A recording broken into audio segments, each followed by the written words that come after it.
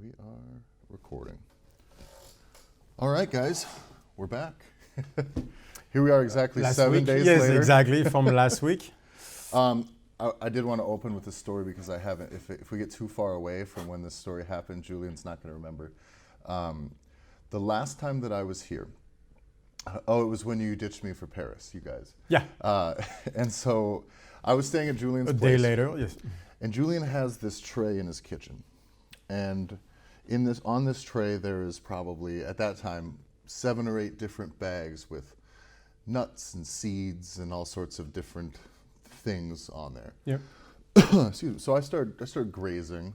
I'm there for like 2.5 days, and cashews, finally cashews. The other stuff, not into. It was like some, I don't even know if that stuff was fit for eating all of it. Yeah, not my kind of thing. Did you eat the dog food? I actually didn't, but I was going to send you a picture saying like these nuts weren't as good as the other ones. But so anyway, I finish up, or I'm there for a couple of days, and by the time the second day is gone, so are the cashews. And they're totally gone. Like, and this was almost 3/4 of a bag. So next thing you know, I'm like, ooh. I was like, you might notice that one. Anyway, got tied up and got moved out here. So if you guys came there, the next morning, Julian comes in. Doesn't say anything about any cashews being missing, but Julian comes in with a completely fresh bag of cashews. So you did get home and you had to notice right away, you're like, that's what happened. All my fucking nuts are gone. Yeah. So bless your heart for not saying anything. I was wondering where the cashew went. Okay, that explains things a little bit better. Yeah, it's not an amount of cashews I think that Yaya was going to eat in a day, but... I was like, no, I guess not. I must have eaten all of them before. So in my head, I'm like, I was like, well, he did come out with a fresh bag of cashews, which meant he saw I ate all of his, was mad enough to immediately replace them, because you got back that night. Yeah. You like replaced them on the way here, and I was like, but not quite mad enough to say anything yet. Because I didn't know it was you. Yes. Anyway, that's StrongFit Confessions. There you go. Yeah, I read that. So this morning, we had yesterday, before last week's episode, we had one of those mornings where we're chasing all this stuff, which we'll get into, new research, new stuff, lots of new things. We were talking about last night where it's the Freestone model and everything, and how much you can tell from that if you just put it into like that circle over there, and like almost like a bullet point, how much we could do off of that. I mean, there's so much stuff we have to go through and everything, but this should be to me, this is one of those steps that StrongFit takes. Mm-hmm. Like we had 3 or 4. There was the internal torque, external torque. There was linking that to the nervous system, right? That's been a big one. Yeah. That's another one.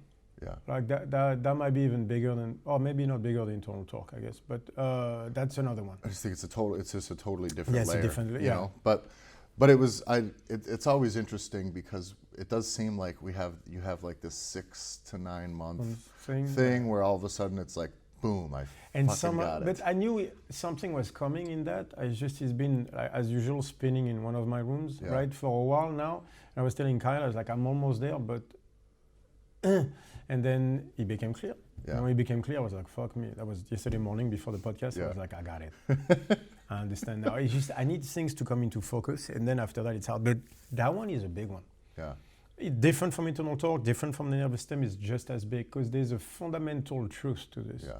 And to recap, we're talking about the kind of the human brain as a prediction machine and the different ways that we alter. Well, not just that, because the brain is just the prediction, but basically this is how you adapt to prediction errors. So it's not just the brain, that's only one part. Yeah. There's also the body, and there's also the nervous system. Yeah. And they're all linked, obviously, but the key is that you need all 3. Whereas too many times we act with only one. Mm-hmm. We try to solve the problem one way, where actually it has to be a combination of the 3. Yeah. And now we can map that out. Mm-hmm. Oh. And what's cool is, so, to move into that comes from you seeing a concept, if you will, or taking fact. Yes, yeah. Actually, if you will, I think that was actually not speculative. I think the factual basis from that was very factual. Oh, it's very scientific. Everything with everything. Carl Friston, Carl Friston is established. He's the leading neuroscientist in the world. This is scientific knowledge. Yeah, and what you've done is taken that thing, the piece from here that's backed up by everything else, And now you say, well, now what do I need to do with it? Yeah. Which I like. How do I adapt it because to how us? many people look at a thing and they just say, all right, this is what it says, A, B, C, D, and then that's it. That's as far as it goes. That's the known truth, and that's just what it is, and they don't ever. No, and then after they spend the next 30 years taking this apart. Yeah. To be more precise about this and this and that. But I'm like, yeah, but we're still not applying it. So what's the point? Mm-hmm. This is, we'll talk about this today, but to me, this is scientific cowardice that I see today, are people that stick in their ivory tower and do not get dirty with the stuff because they don't apply it to people, because that's when it gets ugly. Yeah. And that's when it's not pretty anymore, and you can't, it's like learning to swim. Mm-hmm. Right, you can learn to swim on a table. At some point, you're going to have to be in the water, but at first, you're going to swallow a lot of it. Yeah. And you're not going to be pretty, and it's going to suck, and like you're disconvoluted, and you haven't learned the skill yet, and all your knowledge from here can't help you in the water. They told you what to do in the water, so you think you know. Yeah. Right? And you jump, and now what? Now nothing. Now you have to learn how to swim. Yeah. And the 6 years in college that you spend studying the movement of the body in the water is doing exactly shit. I compare that to, and not that there's no value in any of that. I always hate. Of course, the fact that I hate the fact that in 2019 I have to preface everything with like, I don't want to hurt anybody's fucking feelings. Yeah. But because you need to study. Yeah, but I compare that almost, just textbook, just the not working with the people experience. I compare that very often. I would see, you see like a guitarist who comes up who can very much is just so technically sound, and they hit all the marks and they hit every note and it's perfect, and you can listen to it and feel nothing because there's no humanity in it. He goes to culinary school, best ones. He comes out and the food is good. That's it. And that's it, right? There's not that thing that go, oh. Yeah. And the guy is like, but I've done everything. And then those guys try to, this is what bothers me, is then those guys come and explain to you that you're wrong for not feeling the taste, because they've done everything right. They have the best products. And then they start to go into those explanations of, I use the perfect ratio of sugar to fats. I have the best ingredients. I come from the best school. My teacher was so and so and so. I've done that recipe so therefore, you should be in awe of it. Yeah. And I'm like, but I'm not feeling it. And if it can't move me in the way that it should, or that I needed it to or wanted it to, what value does it have to me? Fucking nothing. Yeah, okay, but what I mean? but if I'm one out of 100 people that is not moved by the food, but you got 99, that's all good, it's on me. But if there's 90 of us out there, right, saying like, yeah, it's good, but like a restaurant, like, you know how you know? Because people don't come, they go like, yeah, but they're not like, oh my God. And so then you go out there and you explain to the whole world like everybody's wrong. Yeah. Because and then you explain that through numbers that you're right. But I'm like, yeah, but at the end, no one likes your food, man. So who's right? Yeah. Like, I don't care. Maybe what you say is true, that you come from the best school and everything, but at the end, your food is not, your work does not show that. Yeah. That's, at some point, this is the one. Yeah. And in your case specifically, you're not, your goal is to have an impact on people. Mankind. Okay, so that, first of all, I think we have to explain what my intent is, because I think people don't understand where I come from. Empirical evidence, double-blind studies, is used to convince others. That is not what I'm here for. I am not here to convince others. The work that I do for myself first. I came up with movement to fix my back. I want to understand my nervous system. I want to be the best human being I can be. So my goal in life is not to convince others. My goal in life is to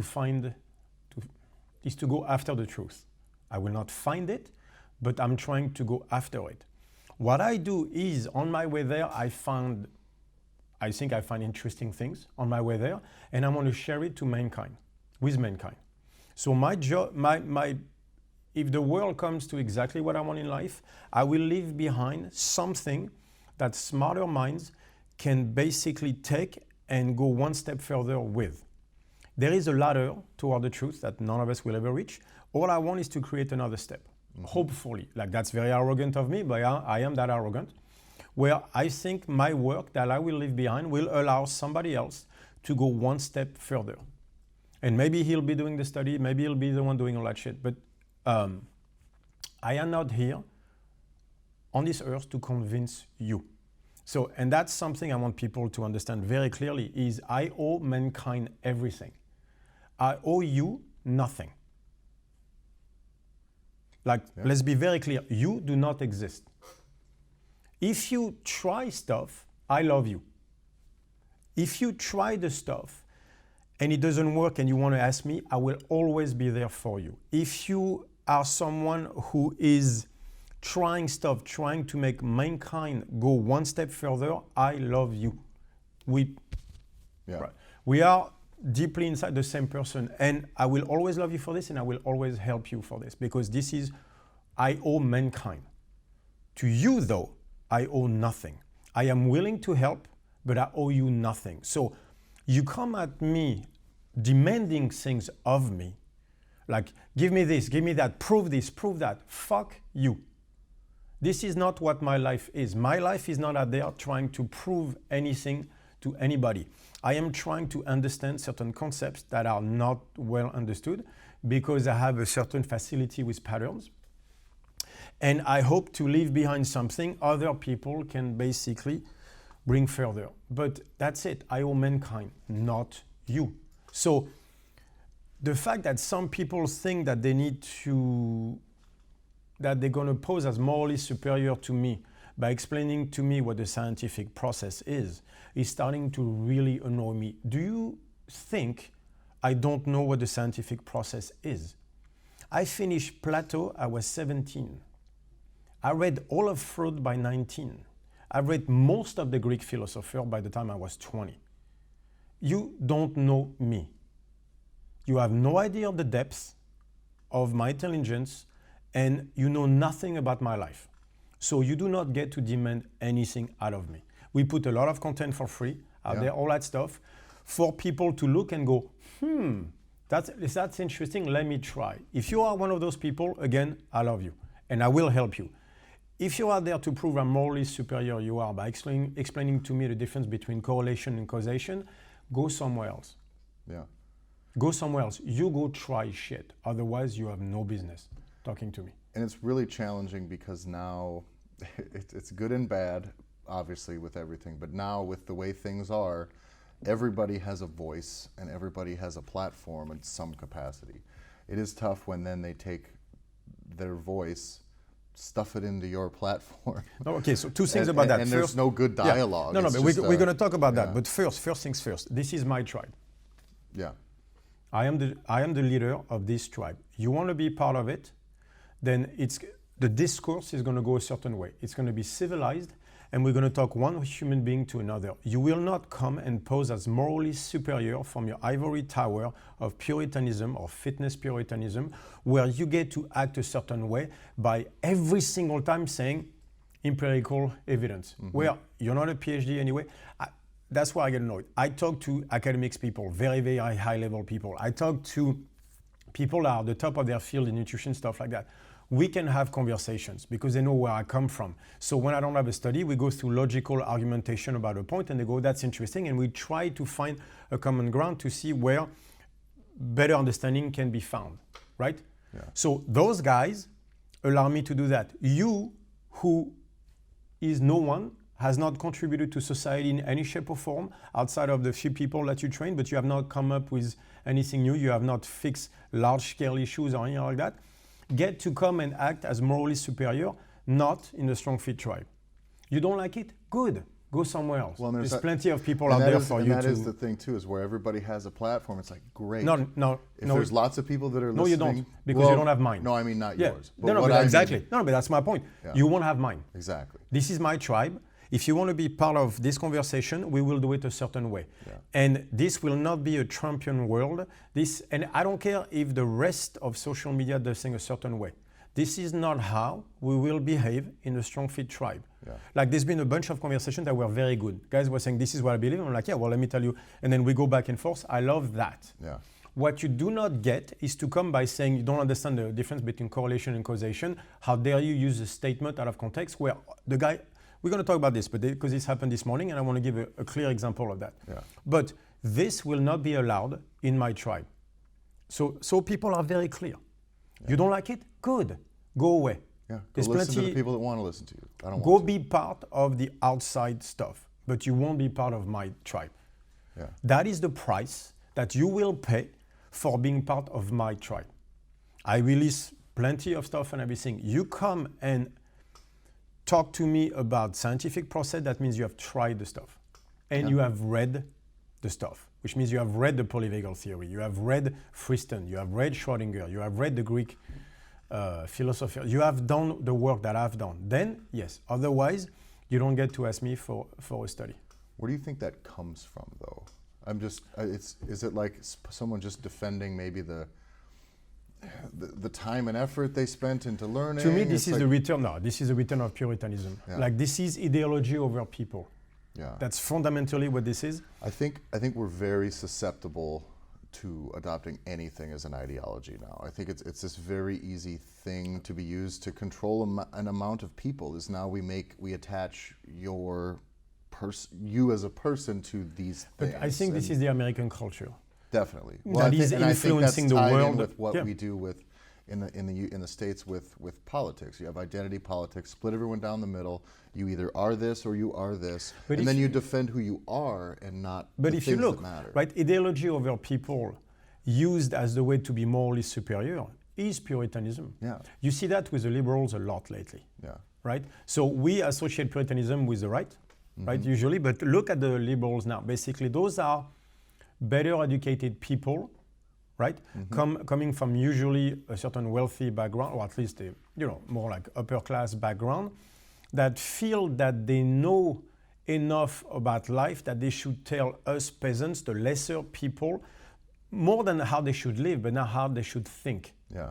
That used to be the Puritan of New England and everything, telling all the savages that it's not enough that you're my slave. You're going to have to think that my God is better than yours. You're going to have to, my values are better than yours. This is an imposition of morality. That's what Puritanism did. And if you look, the liberals are really the champion of that right now. Those are college educated people that are fairly influential and have money, telling people how to think. Yeah. This is Puritanism, and the liberals are the best at that. If you do not agree with certain keywords, you're a Nazi, you're this. So it's not enough to behave a certain way.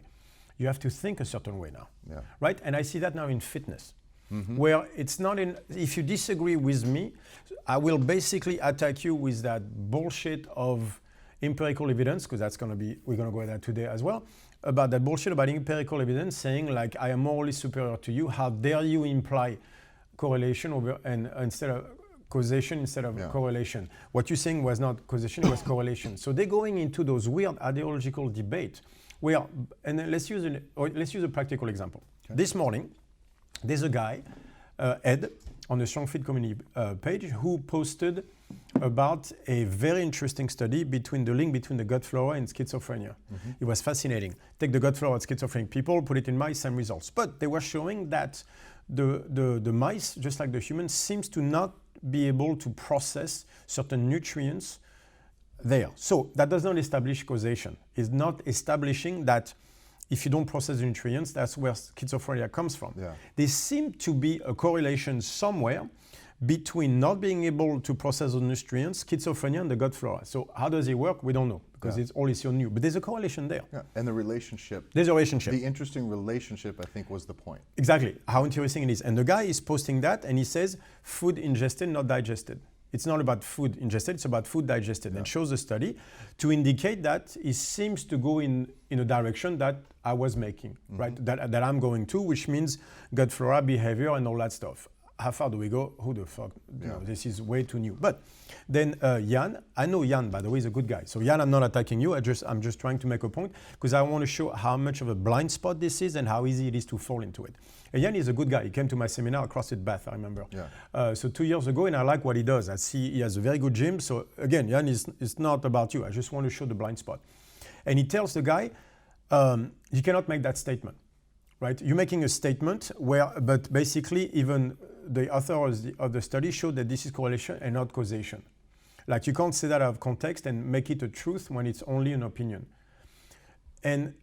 So right away he came at the guy who was just trying to basically put a very good study out there with a conversation saying that was interesting. Yeah. And then he's like, well, out of context he looked like, but he wasn't out of context. He was on the StrongFit community group quoting my last podcast. Yeah. So there's the problem. There's a guy trying to start a very interesting conversation out there with a good study saying, hey, and the answer right away was ideological. Yeah. From a place of moral superiority, because that's what this is. Hey, you don't know what the scientific process is.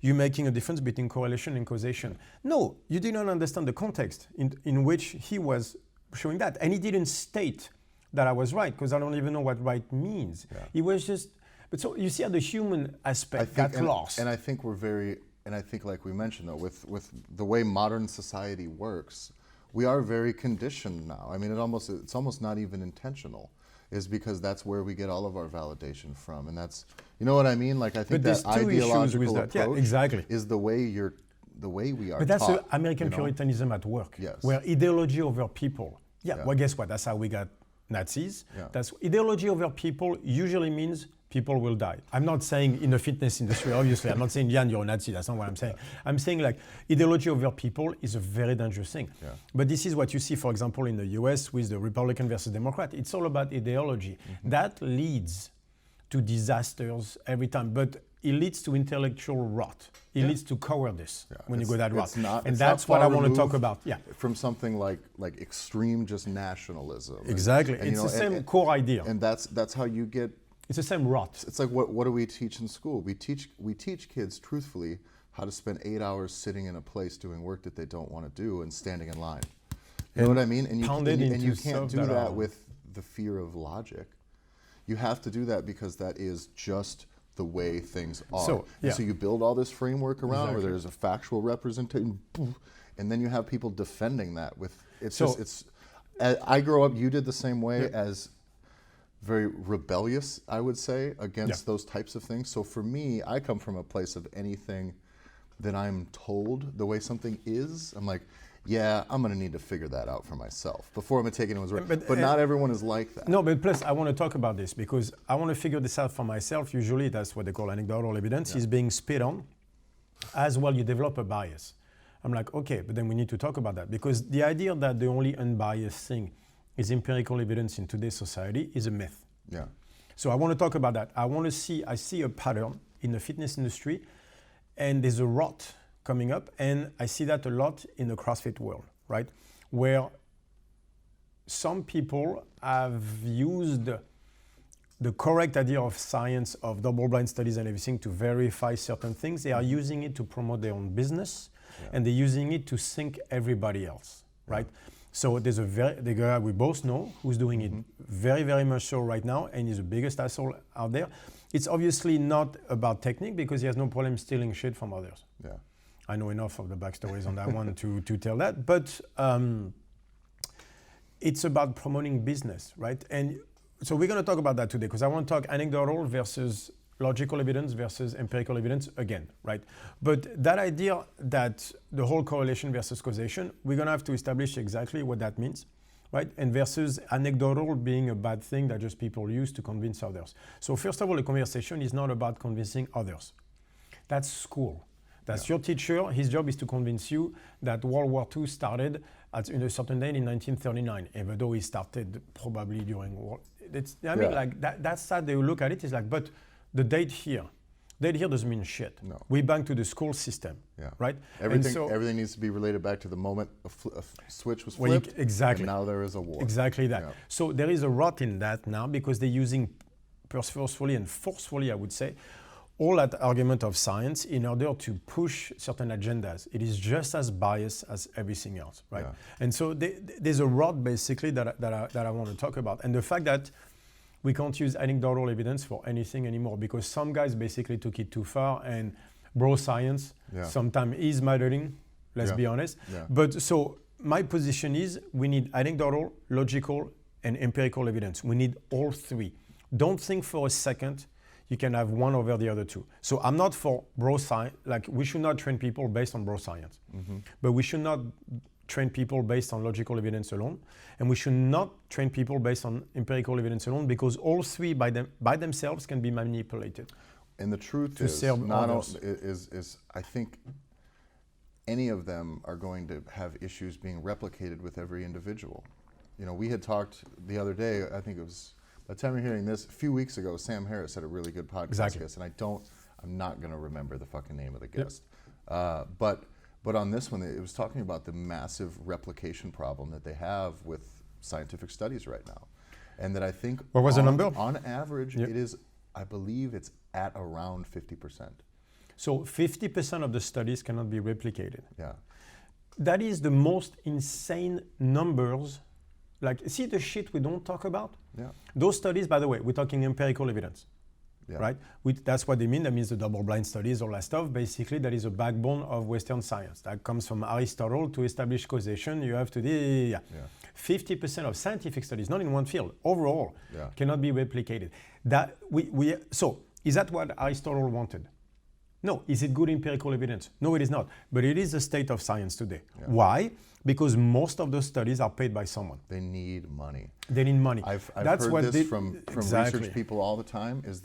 People come up to somebody who does scientific research and they'll say, "Oh, I got this idea. You should study this, or you should do this." I know they tell us that all the time. And the response is, those people are smart and they know what to do, what they should be doing.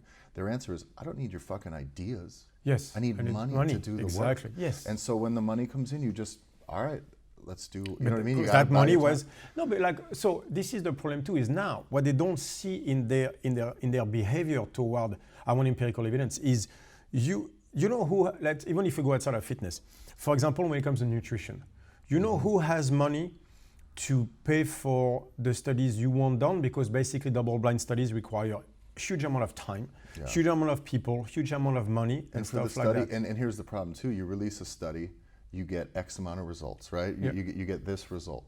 The problem is, because people are so married to then the validity of the study, if you do a study and you only have 12 people, well, that's not a large enough sample size. So where the fuck am I supposed to start?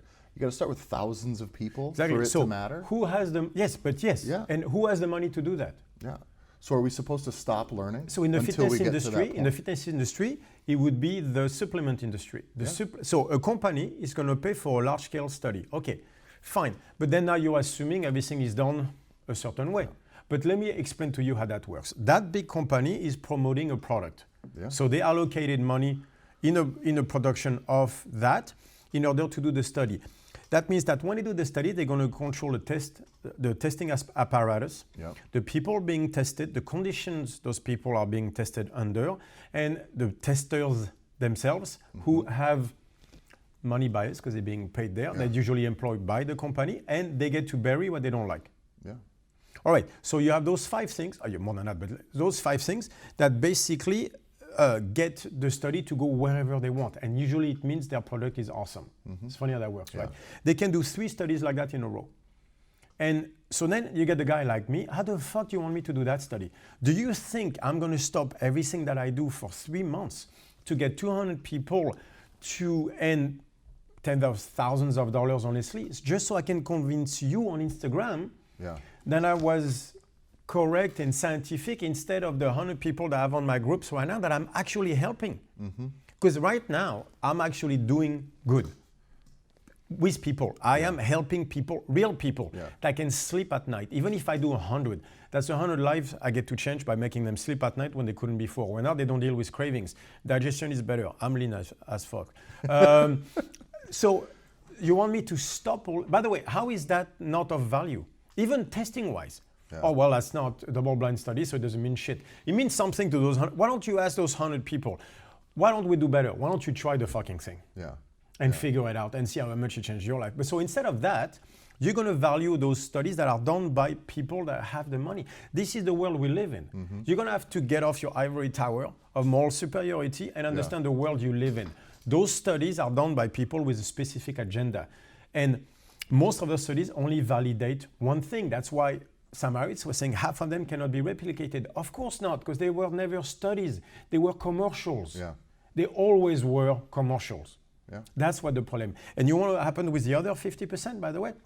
If we go to our nutrition, you say correlation versus causation. All right, nutrition, correlation versus causation. If we don't know so little about the gut flora, yeah, right? Do you think it's part of nutrition? Absolutely. It should be, because that's basically digestion. Therefore, you can't establish pure causation when it comes to nutrition without understanding the gut flora, which we don't understand yet. On top of it, the state of your nervous system will change your digestion, which means if we do not integrate the state of the nervous system within the study on nutrition, you cannot establish causation either. Yeah. So you don't have the gut flora, you don't have the nervous system. You cannot establish causation. Yeah. Not fully. It's always interesting too. I always look at just some basic studies, right? So if you just say, I mean, that's just statistics, right? So if we have 20 people, let's just say 10 of those people in this study are married.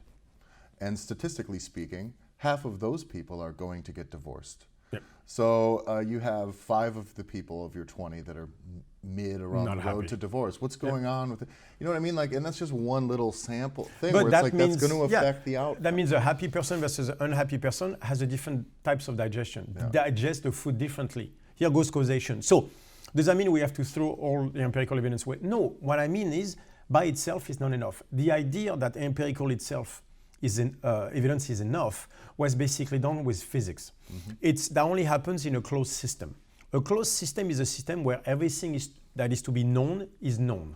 Yeah. When you do that, once you accumulate the empirical evidence, when you know how the system works, then you can predict anything coming out of that system. That is very well known in physics. By the way, a lot of physics is still on empirical evidence, it's logical evidence, because they use advanced mathematics, because you can't test black holes. There is no actual testing. There is no testing. So again, the people that come out there with correlation and causation don't even understand science. A lot of the physics, and physics is a closed system where everything that is to be known is known, right? So when you do the experiment, even them rely on logical evidence and not just empirical evidence, because a lot of the stuff cannot be tested. Right?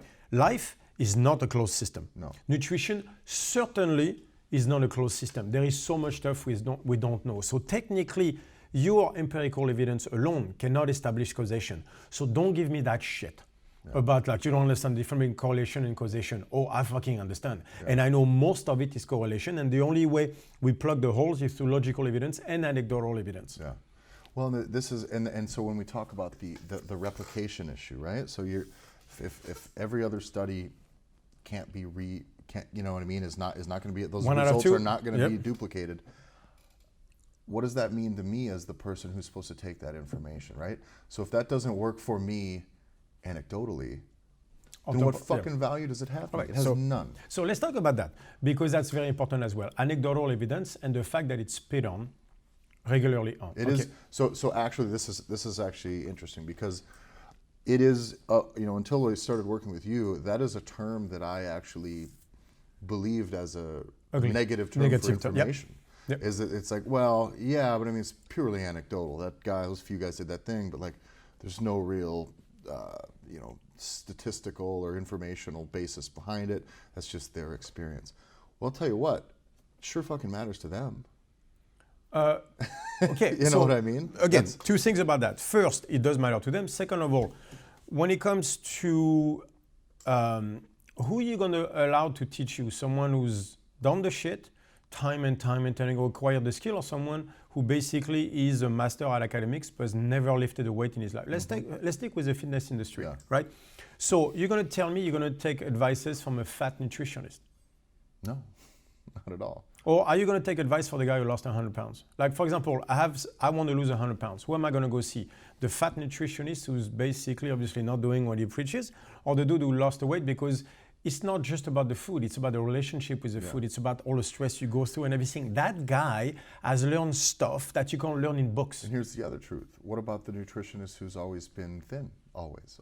It never Always. It can eat more or less what it Even wants. before they learned what the things were. It's like That's okay, well, it doesn't mean that doesn't diminish what they know, but but their experience is not. My point is we need all three. Exactly. So is there a problem with bro science? Totally. However, on that note, up until probably about the early to mid 90s, all we had in fitness was fitness and nutrition and training was bodybuilders. And it was bro science, because that was the only information there was. Exactly.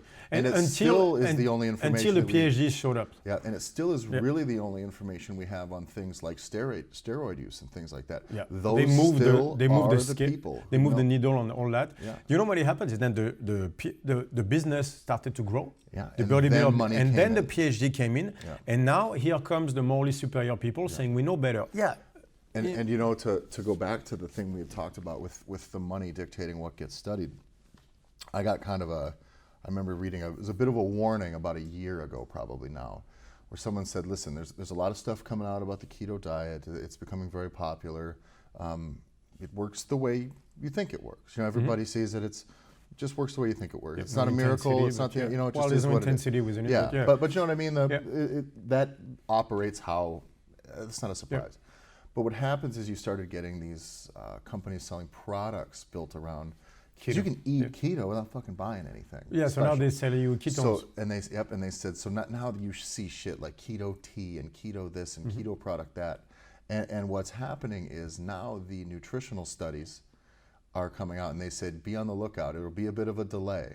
But they said within about 2 years from that time, 2 to 3 years from that time, it's going to get crazy with pro-keto validated studies that are basically funded by these products. And because the big shift from the multi-level marketing companies, your Herbalifes, I'm not going to not say them, your Herbalifes, your Isogenics, your fucking It Works, all that bullshit, but because their reputation is getting around, they need a new thing to stab at, and so the keto's the new thing. There's a whole new line of products, and so they have a really vested interest in very deep pockets, and so those types of companies see an opportunity, make the research, they basically frame the truth around what they need it to be, and now they can put a product in front of you and validate it. And people understand how easy it is to manipulate empirical studies. Yeah. If you're in charge of the testing apparatus, you do whatever the fuck you want. Yeah. Like you have such control over the conditions. Well, you can just narrow the scope of what you're looking for. Yeah, it's very easy. Yeah, or you find the right people. Yeah. But like, for example, don't let me. I want to finish talking about skepticism. Yeah. Because then people are being like, well, there's no way out. No, there is a way out, and I want to finish the podcast. So don't let me get away from skepticism being used as cowardice. Okay. Don't let me get away from that one. But first, anecdotal. Let's talk about what it is and what it isn't. So, bro science can be a problem, okay. But here's the problem. I remember I worked for Equinox. Yes. Actually for a year. When I came back from Brazil. Bless your heart. Yeah. I came back from Brazil and I'm fucking broke. Like I'm really, really broke, right? And I need a job. And so when I came back from Brazil, I was brought to the States by a dude who said we're going to start a gym together. I have the backing from a billionaire. Yeah, close to a billionaire. I mean, hundreds of millions of dollars. Yeah. The guy made $250 million in 2005. So, good year. All right. I was like, you can do that. Can I have one? I think I was almost. I'm not even asking for 2005.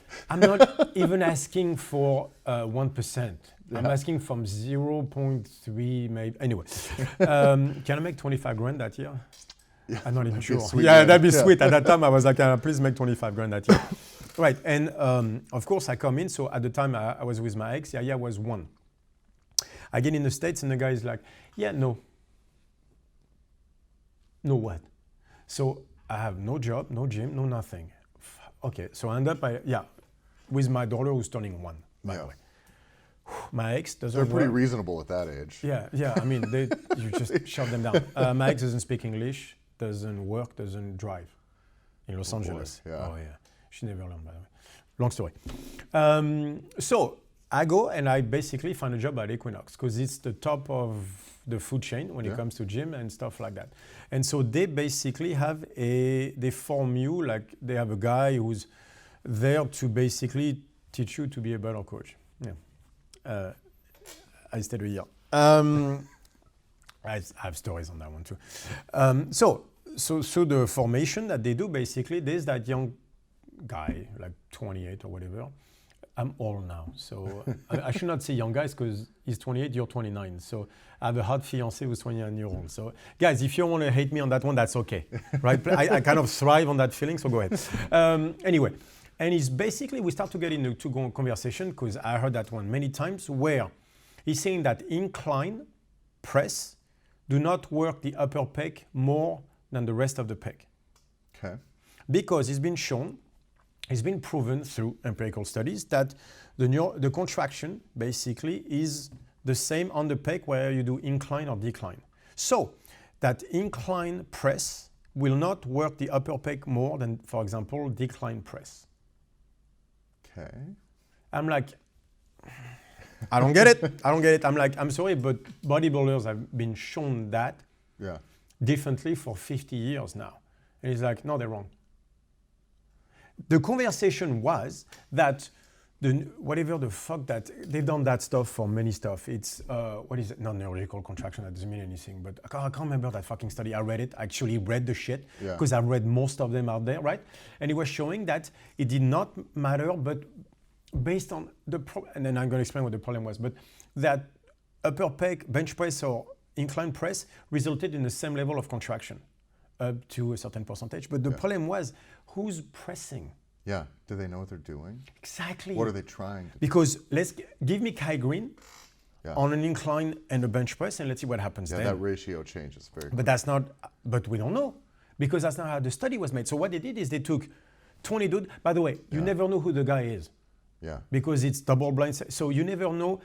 They do it on the machine. Usually they say barbell, but the rest we don't know. How much weight, intensity, percentages of one rep strength. Did he train? Does he have a shoulder injury? Is he stressed out, external torque, internal torque? We don't know any of that. All we know is 50 people do incline, they do bench, and we saw that percentage, same rate of contraction. Therefore, for the rest of us, incline press does not work the upper pec more than the rest of the pec, even though we have 50 years of bodybuilders, thousands and thousands of them that say differently. And that guy, we had a conversation for 30 minutes until he told me to basically shut the fuck up because I have a PhD, you don't, and I'm working for Equinox and you just got here.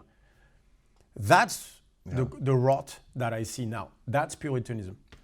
And that's actually, the opposite side of that is the guy who is big and strong and jacked, who wants you to just take his advice solely because he's big and strong and jacked. There's a lot of that too. That's like, totally. No, this is what works for me. This is what you have to do. This is how you deadlift. Because that's how I deadlift. Therefore, that's how you deadlift. Yeah. Because there's a way. But by the way, so many people do that. Knees out on the squat. So there was a post on Instagram was like this. Your knee should be right on top of the pinky toe. And I'm like, really, for everybody on earth? Yeah. But that's literally the post. And if you read the comments, it was like, well, unless it doesn't work for you. Unless having your knee slightly in works better for you depending on your hair, unless the Chinese teach that because I know what they're doing. Mm-hmm. And I'm like, then what the fuck is that post about? Which that's the problem, right? It's like here's a line in the sand. How is that not bro science? And here's all the exceptions. This is just as bad as bro science. Yeah. And the way I would like to look at that situation anyways is just, okay, then this is maybe a good starting point unless it's not.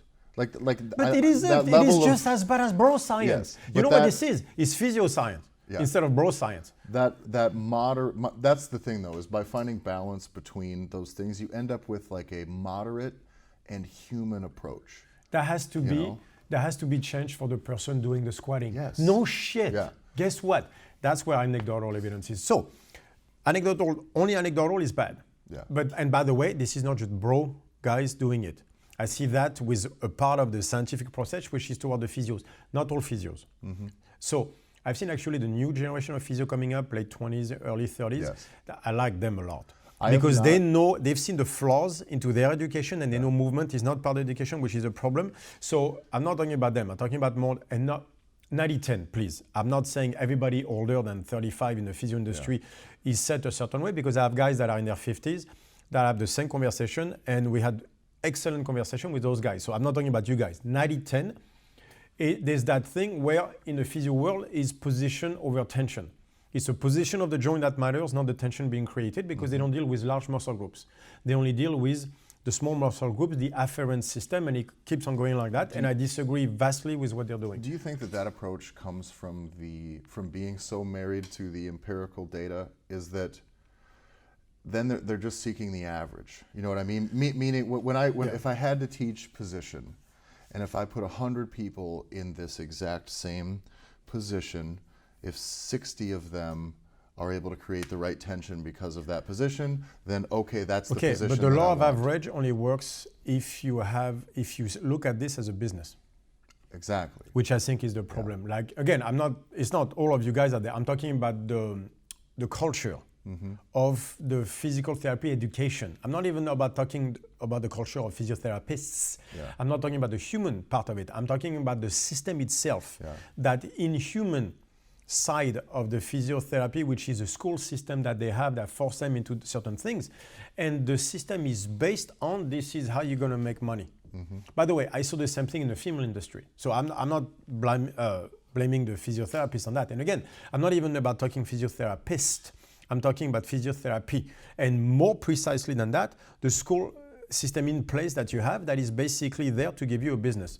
Yeah. You see it in culinary school where you're going to be average. So you can go at any restaurant and do okay. And then after that, so what do they say after that? They say, well, then it's up to you to get better. Yes, exactly. How do you do that? That's where anecdotal evidence comes in. So we're going to go into that one second. But I think the main problem is that it's a business positioning. And so but once it's a business positioning, then you're going to only validate the studies that allow you to have better business. And better business means not changing the movement, changing the position of the joint and 6 months. So basically people that become dependent on you. And I always want to point this out too is that I think anytime there's a thing that becomes a system like that, you know, even just a business, I don't like to point, I don't draw direct lines to like ill intentions or malice or anything like that. No. Like I'm not going to say, oh yeah, well that way they don't actually get better and they come back in 3 months. No. I don't think that's the case. No. What I believe though is any system exists and starts to expand in a way that's going to protect itself.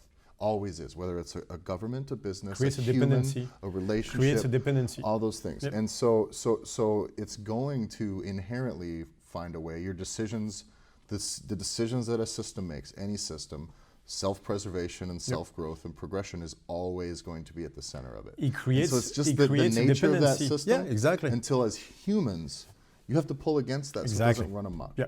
And I think that is what I have seen out of young physios and young chiropractors lately. That culture is changing. Yeah, and I don't know way if that it's I'm very happy about, or if it's just that a generational different type of people are getting into it now. Yep.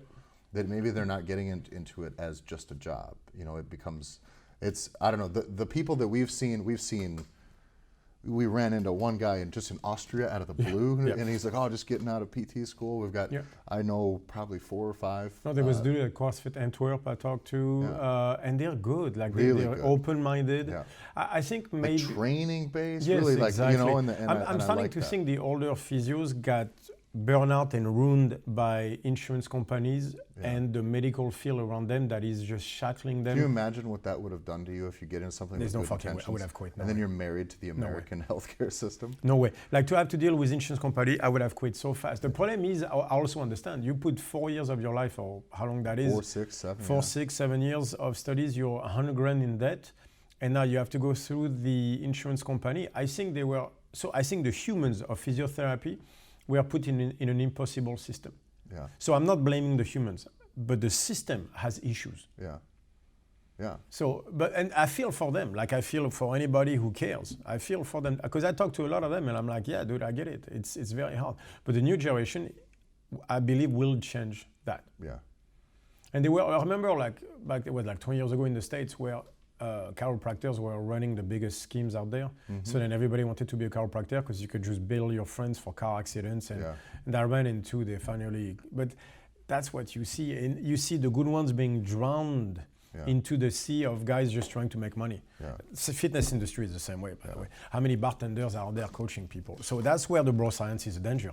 Yeah. Is a dude who's a bartender script writer, actor, or whatever, who trains people to make extra money and everything, and who doesn't know shit and is not is not interested in knowing anything.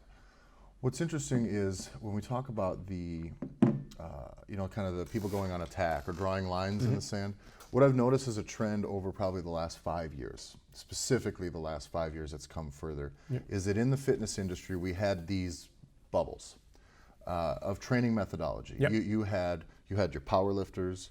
Nobody gave a shit who any strongmen were really then. There was only a few that mattered. It's come a long way. And then CrossFit had come up, and then you had your bodybuilders, right? Yeah. And then you had the running crowd. Yeah, then there was just your cardio people. Yeah, we don't talk about them. Well, those people turn over too much. They're skinny. But what happened was there was very firm lines drawn, and it was like you had this division. It was like CrossFit stupid, powerlifters are fat, strongmen, I don't know, they're all hurt.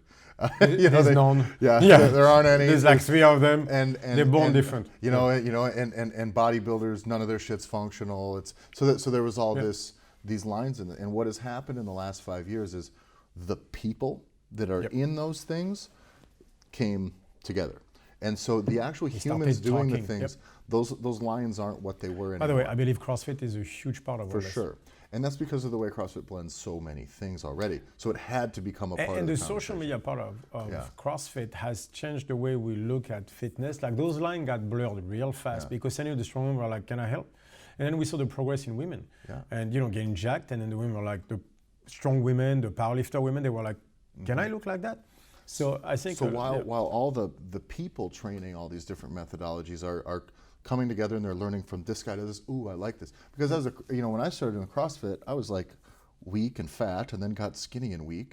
But I'm talking to guys. I remember the first time I ever had talked to Chris Moore about something. He helped me with an article thing I did, and I remember he was like, and so we're kind of listing some of his credentials, and he had squatted 900 pounds in a competition. And at that time, I'm like, are you fucking serious? Those things didn't even make sense to me at that time. Well, now since then, I've met a lot of people, and I've met a handful of 1,000-pound squatters and all that stuff. So, but as a person who at that time squatted like 400 pounds, I'm like, oh, so you are drawn to that because that person knows how to do something that you can't do. It's a skill. But we've had this pull-in of everybody else that's been coming together, and the people that have financial vested interest now in educating, they're the ones that are coming and drawing the lines in the sand. Someone with a business behind it, they're the ones saying, no, this is bullshit, you need this, and you need to get it from me. And that's where I'm seeing it, is it's not the people doing the doing. No, not it's at the all. systems, it's the businesses. That is running the show. That's social media has the great stuff of pulling people together, but then after the business understood right away where it was, so now they're all going towards social media, and they're drawing the lines in the sand again. Like it used to be in powerlifting, you were either like West Side, or you were 531, you were Wendler, or you were this, or and whatever. When it started, you were all equipped powerlifting, or you didn't powerlift. Yeah, it's the way it was. And then it was a Raw versus, and now Raw has come up so big now. Yeah, exactly. But at first, no one wanted to do it. And then, by the way, when we started, powerlifting had to be fat. Yeah. So there was a truth to that as well. If you're going to do equipped lifting, you might as well have some extra. You better be fat. Yeah, exactly. And then, it's also the West Side people saying you have to be as big as possible, and juice is okay. And so people understand how entrenched we were. And so within those groups, you had plenty of empirical studies proving each. Like West Side has come up with so many studies proving the only way to get strong is the West Side system. Whereas you had guys like Dan Green that started with the West Side, didn't like it, did something else, and he's fucking strong as shit. And I think it's the combination. The what has brought those groups together is the combination of empirical, logical, and anecdotal. I believe so. It's like, you know what, now it really makes sense. And that's why it was inevitable that those divisions weren't going to stay there forever. But you have the people that are married to the empirical thing, that they have something they have to defend, and they have to defend it by diminishing something, so they can draw on something that has a 50 coins flip chance of being replicated, but they can say with it like a decisive hammer, like, you're fucking wrong. And it's like, no, you got a 50-50 shot that I can prove that right. What they're saying really is I'm morally superior to you. Yes. That's all they're trying to do. Okay, so first of all, again, they're giving a bad name to anecdotal evidence, Yeah. right? That's what's out there. It's a negative concept that anecdotal evidence is So let's talk about what anecdotal evidence is, really, because we're only looking at the bad side of it. Anecdotal evidence is you building a skill. Mm-hmm. That's it. Like, you built your power clean, not through empirical evidence. You built it through anecdotal evidence. Because you went, no, yes, no. Yes, you have a coach saying stay close to the line, it's been shown to work better. Yeah, but how close? How far? Not everybody does it. Not exactly like that. There are so many minutiae of little things that you learn by trying. Anecdotal evidence is what makes Gordon Ramsay one of the best chefs out there. When he does the scrambled eggs, right? It's not the empirical study that gave him that. Like, you can do scrambled eggs the Gordon Ramsay way, right? Versus somebody else. It's not the recipe, man. It's the guy doing it. It's not what you do, it's how you do it, right? So he knows because he can visually sees it. There's the amount of, he can feel, he has the palate, he has a sense of smell to know when to shake it, when to not shake it. He can look at certain things. There's a minutiae of details that he can see that you cannot. Yeah. Why? Because he developed the skill necessary to do all those things. How did he develop that skill? Through anecdotal evidence. Because he knows that 2 tablespoons of salt tastes better than 1, because he tried it with 2 he and tried liked it better than with 1. And even if he gives you the recipe, even if you were to take the exact same ingredients, in the exact same quantities, film it, duplicate exactly what he has done on the stuff. Your eggs still won't taste like his. Yeah. So in the case of the power clean, right? Like the anecdotal evidence really is how to do it, is the practice, and it's the feel, and it's what works for you. Right. So there's the biggest problem. Where does the logical fit in with something like that? Where right, but first, anecdotal is about how something feels. Yes. But guess what? We go back to the Friston model from yesterday. Your entire nervous system, life in general, can only do stuff based on what it feels. That's the Friston environment, right? Is your brain, to make a prediction, basically make hypothesis based on what the world is going to feel like, not the outcome, not the apple is going to fall. It's only make a prediction based on how am I going to feel when the apple falls. How is the apple falling going to feel like? Can be vision based, but can be auditory based, can be, so that's what it does. Everything your body does is based on how things are going to feel. Feel doesn't mean just emotion inside. It means senses and stuff like that, right? So you have to understand that anecdotal evidence is the only way your system has to gauge everything else. Yeah. So if you try to say anecdotal evidence is useless, you cannot study anything. A human, anything alive studying something has to go through anecdotal evidence first. Yeah. And then you can't impart any of that information onto a person without it. Neuroscience tells you, like that's the Friston stuff, that everything is based on how you feel. So everything is anecdotal first. Yeah. Now, is that enough? No, it's not. Yeah. Right? So then you have to go to logical evidence. What is logical evidence? It's philosophy and math, for example. Right? The study of black holes. We can't study them because you can't get close enough. Right? So the only way we have to study them is through advanced mathematics. Right? It's basically stuff where you go 2 + 2 = 4. You know it not because you can count, because advanced mathematics doesn't work like that. You know it because the logical continuation of math allows you to come to that conclusion. But this isn't double-blind tested. Yeah. It's logical evidence, just like philosophy used to be a huge part of science. Now it's gone out since World War II, but before that, it used to be an integrated part of physics even. How do you think Einstein came up with all that stuff? He looked outside, saw the work, and started to have a philosophical conversation, in the sense philosophy is not jacking off in front of an egg. It's not 3 guys masturbating going, look, an egg. That's not what philosophy means. You have stuff like the research of the truth, like epistemology. That's part of it. Logical conundrums, that's part of philosophy. Like all that stuff is part of philosophy. Philosophy is just trying to understand how shit works. So that's what logical evidence is trying to go through the stuff to have a correct logical argument to figure out what makes sense. And math is a very good example of logical evidence. So a lot of it out there is logical evidence based, not empirical based. Okay. And then you got empirical based, which is can it be, can I touch it and repeat it? And can someone touch? So the idea to establish causality is I touch it, this happens. You touch it, the same thing should be happening. Yeah. When I press the button, there's a red light. Okay. You press the button, there's a red light. So pressing the button creates the red light. So I'm going to walk through just a very rudimentary thing here, each step, by the way. Yeah. Okay, so we're going to go off of what the logical evidence is going to be off of the power clean. Okay, I mean logically, how I'm going to teach that to a person based on those things. And I'm going to say, essentially, just based on my experience, all right, here it is, and you're going to get the feel, and that feel is going to work, and you'll be able to replicate that, right? But I can't do that just on its own, because on its own, I'm going to be completely unable to, you're not even going to know where to start. Whereas the logical evidence comes along and it can say, well, here's the deal. If your shoulders are 12 inches in front of the bar in your start position, that's some busted ass leverage. I can show you right there, right? So line it up and then it will feel the way you want it to feel. And then the empirical evidence or the empirical thing is very much just going to be the data that proves that. You know what I'm saying? For example, like we know the Chinese don't pull the bar as high as they can. The second they pass their hips, they just rush under. So we have different systems in place, and we've tested so many stuff, and then we see that that system produces that versus that system that produces that.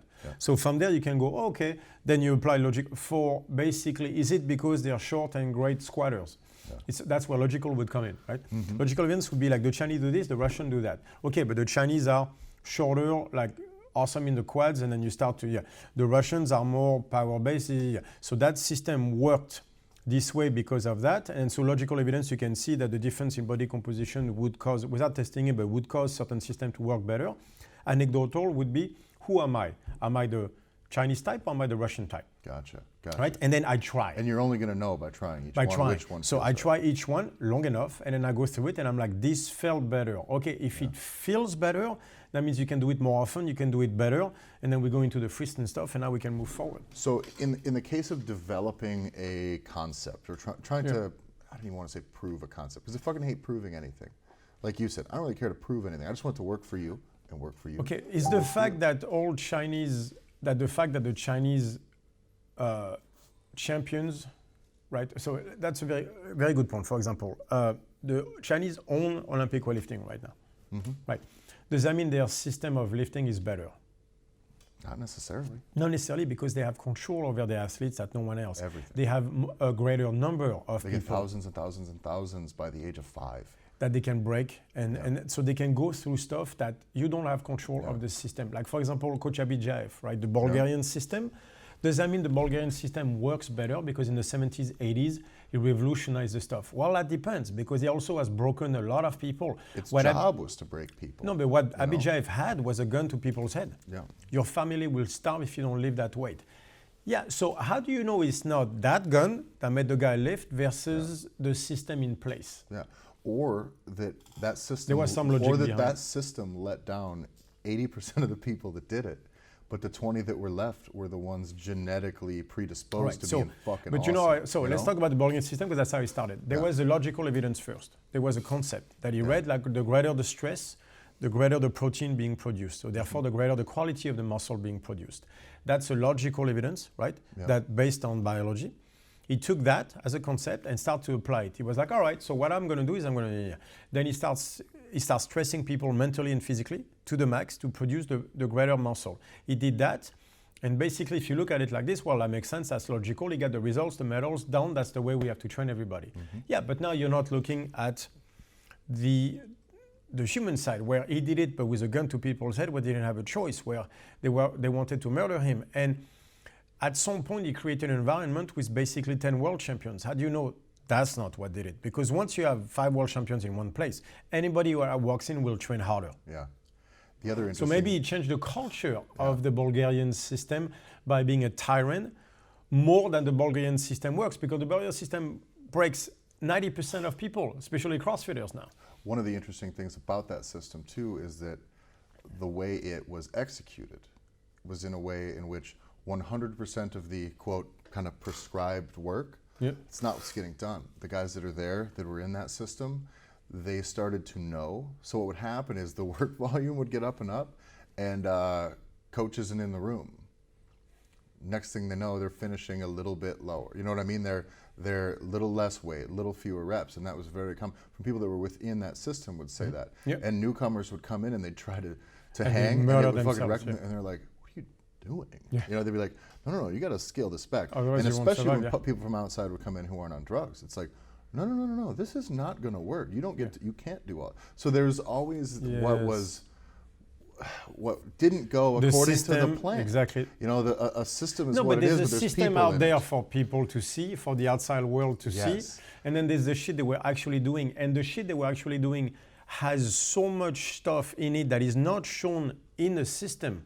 Yeah, and you know what those, and this goes back to what we've always talked about. You know what the difference is between that system and the way the system was executed? It was executed by people. And it was the human aspect that made that difference. So the difference was, anecdotally, people were like, I can't do that. Yeah. I don't care what you tell me works. If I do it, I break. I can't compete. So it's not working. I'm going to check the box, and I'm going to say I did I'm going to fake it. And I'm going to preserve myself. Coach is there, I'm going to preserve myself because then I can make progress. Yeah. And then what happened is now you have 5 world champions in one room and they push each other, but within the reason.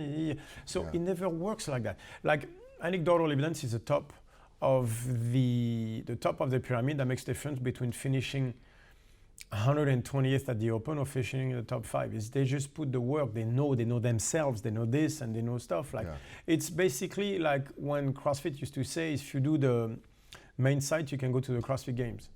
Yeah. That would have worked in 2007. Probably 2008, not. maybe. If you were a great athlete to start with, and that's again, you're telling me that if I do come on. Yeah. Even in 2007, there was no fucking way. Like I just remember seeing guys like chasing after like 135-pound clean and jerks and shit though. Like there was some of that. The Olympic lifting they weren't that good at. But they did not make the games. That's true. So none of this is true. That's the problem. When you go with empirical evidence, that's what you're talking about. You're talking about the stuff here. I'm like, and then the work starts. Yeah. So you can never establish causation. If we're going to go into causation versus correlation, when it comes to life, to anything relating to human beings, you can never establish true causation. The only place where it works is in the closed system, and that basically means that means hard science. Yeah. Math, physics, and I think like that's important to look at, is that when we want a study, and let's pretend you have the study that is the most rock solid, right? It's just there's no such thing. Right? But for it to be bulletproof, you have to have addressed almost every variable. There can be no, and you can't, and you just can't. So it has to happen completely in a vacuum. We don't know enough about. Let's go back to nutrition. We don't count the nervous system as part of the study. Yeah. Right there, you can establish causation. Yeah, not with anything involving people. What you can have is an idea.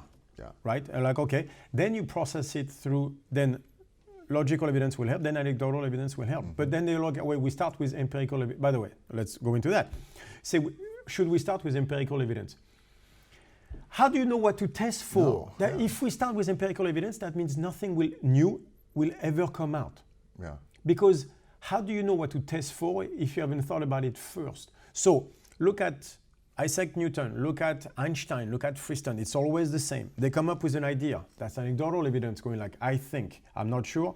Then they put it through logical evidence. Let me figure this out. Let me do the math about it. Does that make sense? And then they test it. E equals mc squared was established 20 years before Einstein could prove it in 1944 by having a telescope taking a picture of an eclipse. But you know that before that, for 20 years, everybody went on the math alone because the math were proving that was true. So was Einstein not to release E equals mc squared until he could do the photography of the eclipse? But he couldn't do the photography of the eclipse if he hadn't come up with E equals it wouldn't have mc been on his radar, yeah. So nothing ever new happens. See, this is scientific cowardice. Yeah. When people say we start with empirical evidence, then you can only prove what already exists because all the other shit you haven't thought of. And that's what's so bothersome, I think, about that is someone comes in and wants to bring down the hammer. Well, I mean, it's just your experience. They bring down the hammer. It's just this. And it's like, yeah, but how are we supposed to learn anything? How are we supposed to know anything? Are we not supposed to try stuff? And by the way, if that's true, there's no bodybuilding, there's no nutrition. None of the nutrition today would happen without the bodybuilders in the 70s. Yeah. So without Arnold, we don't have the $1 billion that is paying for the studies to see. So you can't start with empirical evidence. You will never go anywhere. Yeah. Logical evidence is the key. And because we're dealing with humans, anecdotal evidence is there. We have to stop spinning on anecdotal evidence. You cannot learn a skill without anecdotal evidence. If you're anything that relates to humans, relates to art in one way, shape, or form, without anecdotal evidence, there's no such thing. Coaching. Do you think you can learn coaching in a book? No. There's plenty of books out there about coaching. Yes. How's that going, guys? Yeah. Is that enough for you to go into your gym tomorrow and know how to coach? Fuck no, because you have to deal with people. Coaching is anecdotal evidence. Yeah. 80%. How much of your job out there is dealing with people? It's all of it. 90%, right? Yeah. So how much the shit you've learned about 85 versus 90% in school like this and this, how much of that can you apply to your gym? By the way, 85% on the barbell, right? Best way to work on strength for so many reps and everything. Have you ever gone to the gym where 85% feels one way and then the next week he feels a completely different way? Yeah. Some days he feels like 60%, other he feels like 120%. If you show up on a day where unfortunately 85%, you can do only one rep, but you're supposed to do 5. So are you going to stick with 85% and do 5 reps that you can't do, and then the farm goes? No, because today that was not 85%. Because guess what? It's not about the barbell. It's about the guy lifting it. Yeah, and that's interesting when you start to get more, with time, you do start to get more people thinking differently, and that's when you have like Mike Duchère and them run those things on RPE. Exactly. Now it takes a little bit of a learning curve for you to really be self-aware to know. But what you do understand rate of exertion means. What the fuck does that mean? Okay, so this did feel like what this is, and so you also start to remove the percentages from it, and you're just like, okay, well, this felt this way. By the way, talking about that, that's what the Chinese do as well. They say heavy double. Yeah. What's heavy? Depends on the day. Yeah. See, it is so that's anecdotal. Heavy double is a totally anecdotal stuff. The Chinese have their system, God knows they have, because it obviously works, right? And then they trust the athlete, anecdotal, to have enough anecdotal evidence to know to do the program correctly. You cannot remove, it's not a dirty thing. We have to stop spitting on anecdotal evidence. If you do it, that's the only way you learn skills. But people are so afraid of that word now. Well, and to me, what it seems like is it diminishes the human experience of the thing. Exactly. And I'm sorry, but we're not paying you to do fucking studies that don't work for me. It doesn't, you know what I mean? So I don't care as long as it works for me. But if it works for me and I feel this way, and you're going to come in and tell me what? That I don't? Yes. Well, fuck you. Exactly. Well, and we know people like that are coming out there attacking systems that work by saying, well, like I remember when I did a podcast with a dude who told me, basically, you can't say your shit works because you haven't done double studies. But I'm like, but I got thousands of people telling me it works. He said that works. Well, but basically what you're saying, that's not true, because you didn't test it. You didn't test it my way, which is always the point, right? Yeah. And on the podcast, he kept saying you didn't test it. I was like, yes, I did. I did this and this and this. Yeah, but what he meant by that is I didn't do his testing. What he meant by that is he has his business is better than mine. And that was the entire point of the podcast is I'm better than you. Yeah. And I was like, yeah, but that doesn't change my results now, does it? First of all, you're dreaming if you think you're better than me. But second of all, that doesn't change the fact of all the people that I helped. But in his mind, it did. Why? Because then I'm not allowed to promote what I did because his business, and we're going back to him. No, my business is better. So, but his argument of you haven't tested, yes, I have. Yeah. I did test it. Well, yeah, but then he's going to get basically into conversation of let me attack your testing. Because no matter what, it's about his business anyway. So that asshole does it to everybody out there. Well, and that's the thing. Like, that just nature of skepticism is it's fucking insane. And I am that way about a lot of purposes. things. Yes. Don't get me wrong, guys. I am a massive conspiracy fan. It's my favorite shit in the fucking world, by the way. Meaning I look at everything like government's lying to us, this is bullshit. You know what I mean? Which does not go over very well in Europe, by the way. People here really trust their governments more than the more than where I live in the U.S. Yeah, right? Because we didn't have to deal with some of the shit in the U.S. That's why. By now, I understand why Americans are a little bit think the government lies. Yeah. So skepticism is it's like in my blood. Yes, it really is. But I don't understand this because I'm not skeptical of a person's experience. You know, that's human. Yes, exactly. Yeah, I'm very skeptical of businesses. Their fucking motives. Yes, exactly. Of business, of a system or stuff like that. But if you tell me the thing works for you this way, I'm interested in it because it might work for me. I'm either saying that it worked for you. It doesn't mean it's going to work for me, but it either worked for you, like you said, or you're lying to me. Yeah. So it's like that's what someone's saying when they come at this. They're like, well, no. This study says this. You can't say. It's like. So are you saying I'm lying? Yeah. Like that my own experience isn't what it is? Or like that I'm confused about me doing better. Which one is worse? I'm not even sure. Yeah, right? But now they're using skepticism as a way to first two ways, either laziness, like I'm not going to try that because I'm a skeptic. Yeah, that way you never have to do anything. It's awesome. Then you can be more skeptical about everything and do even less. So that's great. Or basically you can use it as confirmation bias. Oh, I'm not sure about this. I need to see the study because I believe a certain way and I don't want to be challenged in that way. So that thing can be either laziness or cowardice because you don't have the balls to try stuff. You have to try stuff. Yeah. And some people out there are, I'm sorry, but they're coward in the sense of they're so afraid of being wrong, they're going to get entrenched into their own system. And from there, they use skepticism as a way to not try new stuff. Yeah. I see it all the time. So stoicism, skepticism, yes, in the right amount, in the right conditions, I'm all for it. Very important. But I see too many of them using it as a way to not try stuff. Yeah. And that's, sorry. I think that's it, right? I try the bottom line. A lot of shit. Yeah. That's why I get upset too sometimes because I try so much. I've read so much. I put everything through the grinder. I do months, if not years of work, like the Friston stuff. Like it's been since Schrödinger, it's been a year straight of work to get to that with all the stuff that I had to read and then try to understand the Friston stuff and the studies and then I grind all this to make an espresso out of it and you come in and you go like, yeah. Do you have a study on the espresso? I want to know if it tastes good before I take it because I'm not going to try if it doesn't. And people wouldn't take that approach to food that you made to try to make somebody enjoy. Like you're not doing this for, you know what I mean? Like, no, but like, that's like why they're not going to come in and just look like, yeah, whatever. You know, a lot of time it's either laziness or cowardice. I've noticed that when people ask me for studies, they ask me for stuff that it will take me under 2 minutes on Google to find. Yeah. So it's either you don't want to know about it or you're too lazy. Yeah. That's why. And by the way, you want studies? Okay, I'll show you mine if you show me yours. So you're going to read Schrödinger, you're going to read Friston, you're going to read the polyvagal theory, you're going to go into interoception.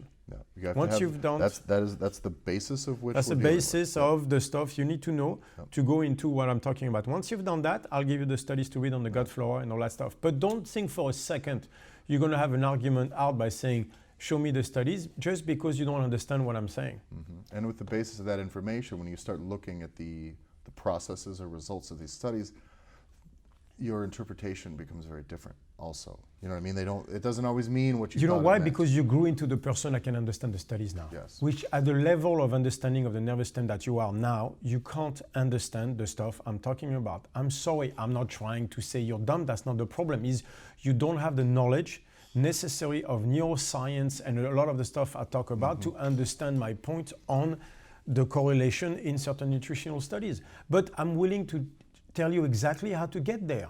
Yeah. But you're going to have to put the fucking work in. Read Schrödinger, read Friston, read the polyvagal theory, do all that stuff. Yeah. And then I can show you the 10 different studies, pull up or hundreds or 1,000 where you draw the pattern out of those and you start to see what I'm talking about. And then we can have a conversation whether I'm wrong, right or wrong. I don't care if I'm right. I just want to be right. Yeah. But I don't care if the truth was mine to start with. Not truth, but I mean the knowledge was mine to start with. If you come up with better conclusion than mine, great. I want to know because I'll do that.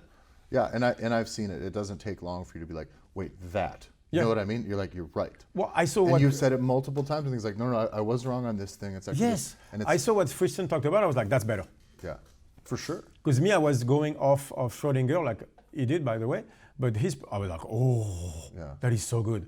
And the thing, like the books that you had just recommended, we obviously sell products, if you will, and workshops and things like that are educational on that thing. But like you just recommended, like, trust me, you can get all the way there if you take the initiative on your own.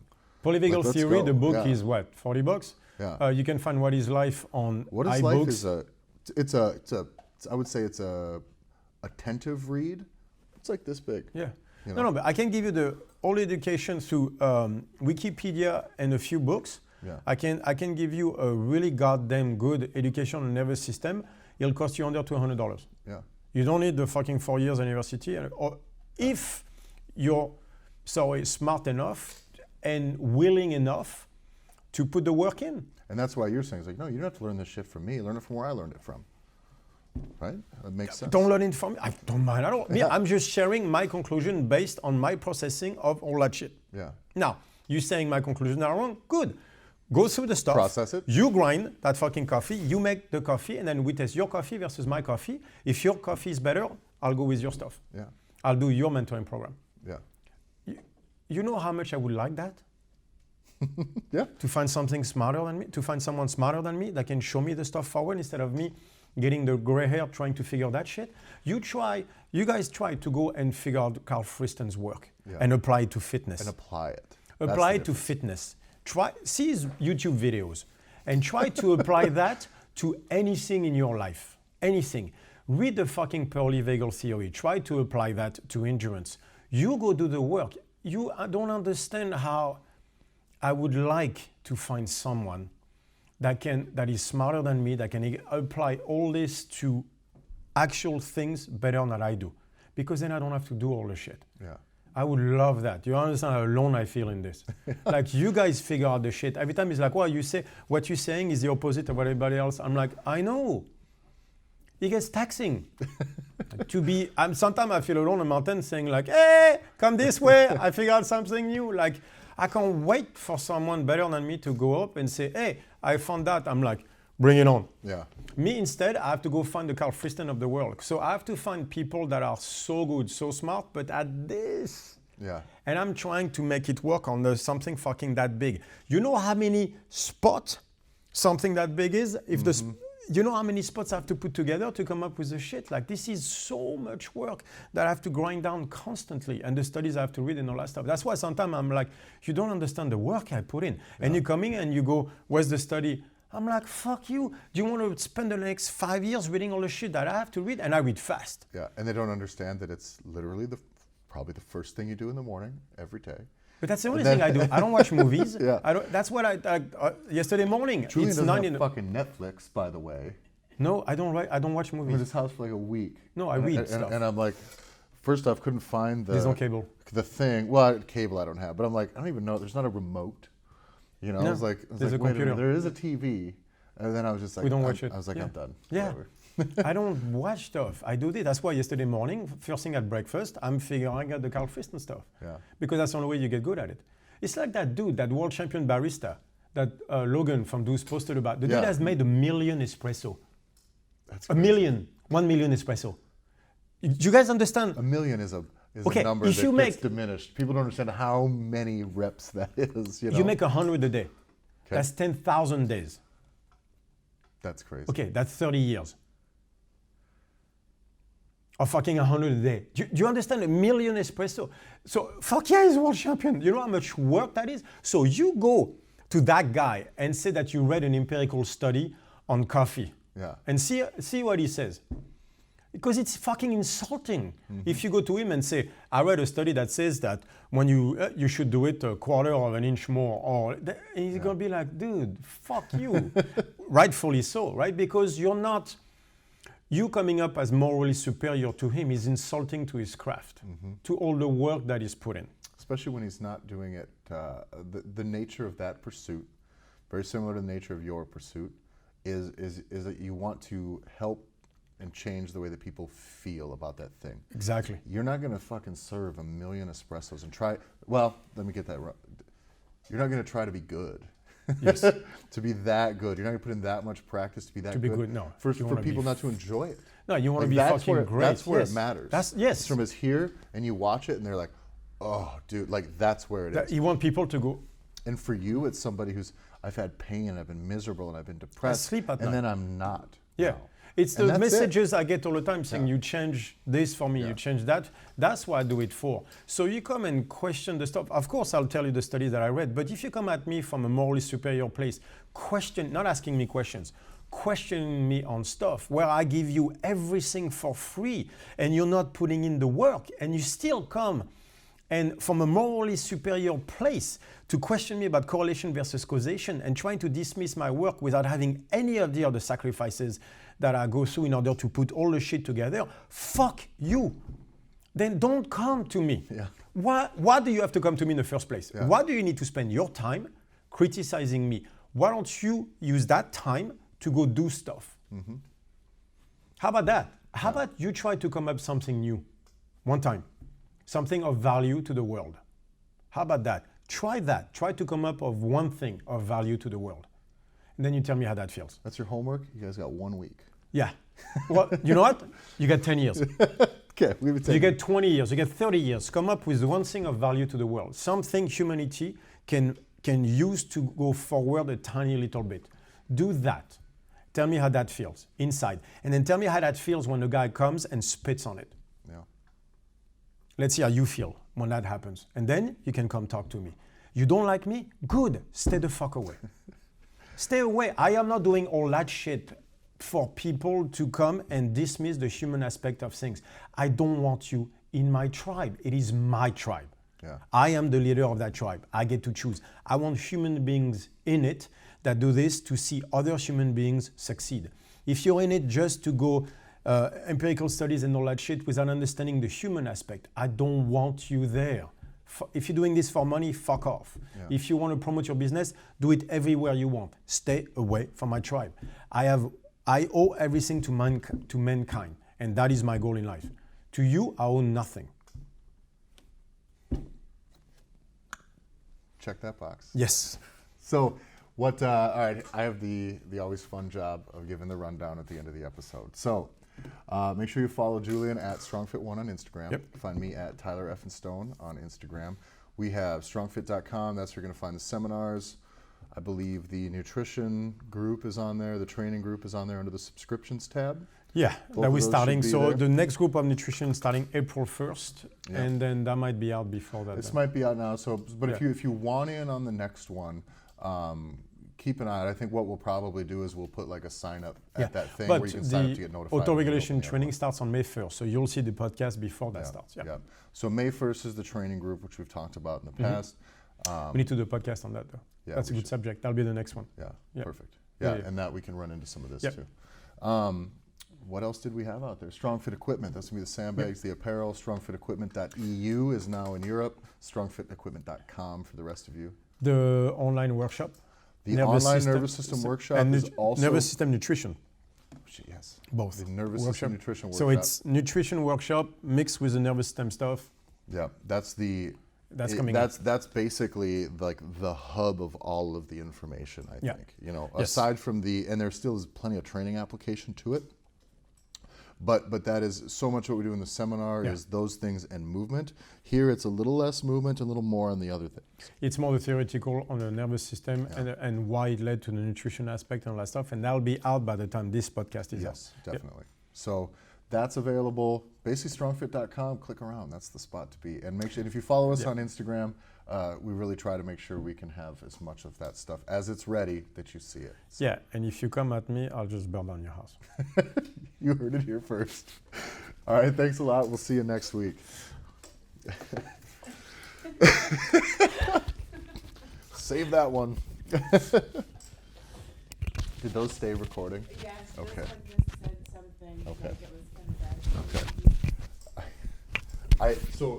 So Julian came in hot right away at the beginning of this thing. You were like just on it. And it was bop, bop, bop. And it was perfect. And there was a few of those moments where I'm like, oh, we're a couple minutes in and Julian is in full on. Julian's ranting. This is gonna be great. And then I went, I think I just set up the camera angles and didn't press record. I fucking freaked it. Like, and you were in the middle of it, so I'm like, we're either going audio. I can't interrupt it. Yeah. So we're either going audio only for this part, and then we'll bring it in later, or But you always do that. Dude, that- always halfway through, you go like, oh shit. it's like I think it's a memory thing though. It's like I don't remember the act of it. Like it's not important enough that button push to register with me that was a task that I've completed. It's like me when I used to have an oven and a stove at my house. I like If you have an on, yes. that panic, yeah, Even though I'm certain I did. yeah, That yeah. I was freaking out.